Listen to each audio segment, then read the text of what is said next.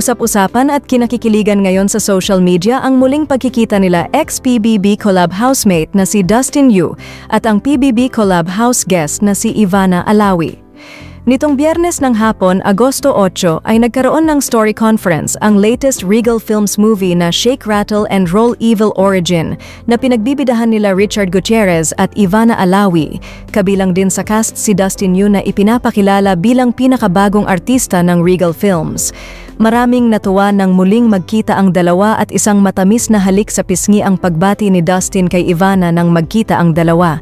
Matatandaan na nagkaroon ng nakakatuwang tuksuhan ng dalawa sa loob ng bahay ni Kuya at nabanggit nga ni Dustin na crush niya si Ivana. At sa isang katuwaang games na totropahin o jojowahin, pinili ni Ivana na jowahin si Dustin Yu na ikinakilig ng mga housemates.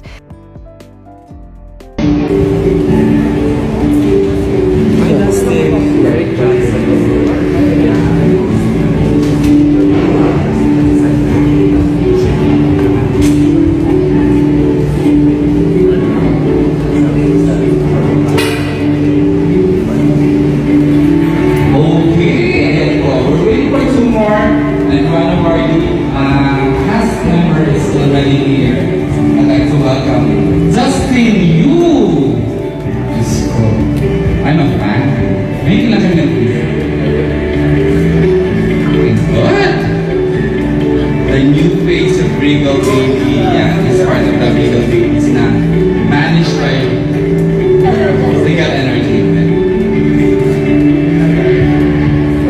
Waiting for ano na lang tayo, direct Ian and Ivana.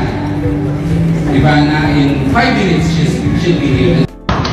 My goodness, the new face of Regal Entertainment ng Regal Baby pala, one of the original, bago natin i-launch.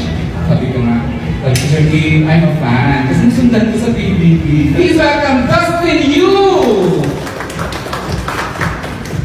Kanina, when she entered the hall, Tom and Feli, star-star ako.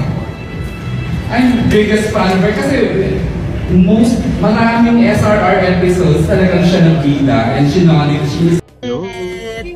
The moment! O, diba, Dustin? Hindi, ano ha? What? Vlog ba to? Ito vlog, eme lang to. Hello. Ayan, syempre. O, Shake, Rattle and Roll. Ano na? Anong role mo sa Shake, Rattle? Ang role ko ay roll. Joke. Ano? Ang role ko po dyan ay si Riel, ang kapatid ni Kuya Richard Gutierrez. Yan. That's awesome. Abangan mo na gagawa tayo ng horror at comedy. So, like, may gusto ko ba sabihin sa mga fans mo? First, thank you so much sa suporta at abangan natin yung Shake, Rattle and Roll sa MMF. Yeah!